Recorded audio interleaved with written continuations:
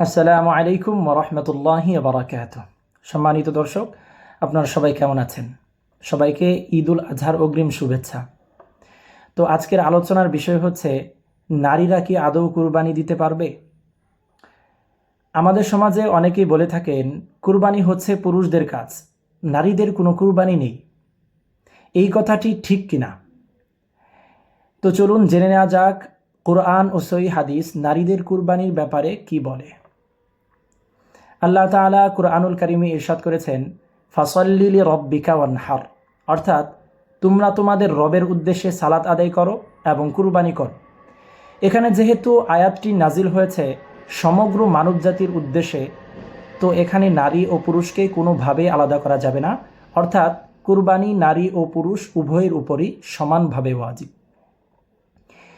তো হাদিস শরীফে এই কুরবানি সম্পর্কে বলা হয়েছে, রাসূল সাল্লাল্লাহু আলাইহি ওয়াসাল্লাম ইরশাদ করেছেন, ইদা দাখালাতিল আশরু ওয়া আরাদা আহাদুকুম আন ইউদহিয়া ফালা ইয়াখুয মিন শা'রিহি ওয়ালা মিন আযফারিহি শাইআন, অর্থাৎ যখন জিলহজের 10 দিন শুরু হয়ে যায় এবং তোমাদের মধ্য থেকে কেউ কুরবানি করতে চায়, তাহলে সে যেন তার চুল ও নখ না কাটে। অর্থাৎ এখানে আহাদুকুম শব্দ দ্বারা প্রত্যেককেই বোঝানো হয়েছে, নারী ও পুরুষকে কোনোভাবেই আলাদা করা হয়নি। সুতরাং এই হাদিস দ্বারাও বোঝা যায় নারী ও পুরুষ উভয়ই সমানভাবে কুরবানি প্রযোজ্য। তো আসুন এখন আরেকটি বিষয় জেনে নেওয়া যাক, নারীরা কি তাদের কুরবানির পশুকে আদৌ জবাই করতে পারবে? এ ব্যাপারে একটি হাদিস রয়েছে, রাসূল সাল্লাল্লাহু আলাইহি ওয়াসাল্লামের উপস্থিতিতে একজন নারী একটি ছাগলকে জবাই করলেন, কিন্তু রাসূল সাল্লাল্লাহু আলাইহি ওয়াসাল্লাম কিছুই বললেন না। হাদিসটি হচ্ছে এরকম, আনিমরাআতুন যাবাহাত শাতান বিহাদরাতিন নবী সাল্লাল্লাহু আলাইহি ওয়াসাল্লাম ফালাম ইউনকির আলাইহা।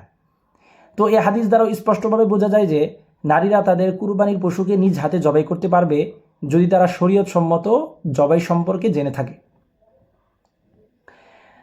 তো আসুন আমরা সবাই ইসলাম সম্পর্কে সঠিকভাবে মেনে চলি এবং ভুল ধারণাগুলো থেকে দূরে থাকি এবং কুরবানির এই মহান ইবাদতের মধ্যে পুরুষদের পাশাপাশি নারীদের অংশগ্রহণকেও সম্মান করি এবং এই ভিডিওকে শেয়ার করে দেই, যাতে কুরবানির ক্ষেত্রে নারীদের এই অংশগ্রহণ সম্পর্কে সবাই সঠিকভাবে জানতে পারে। সবাইকে ধন্যবাদ। ঈদ মোবারক। আসসালামু আলাইকুম ওয়া রাহমাতুল্লাহি ওয়া বারাকাতুহু।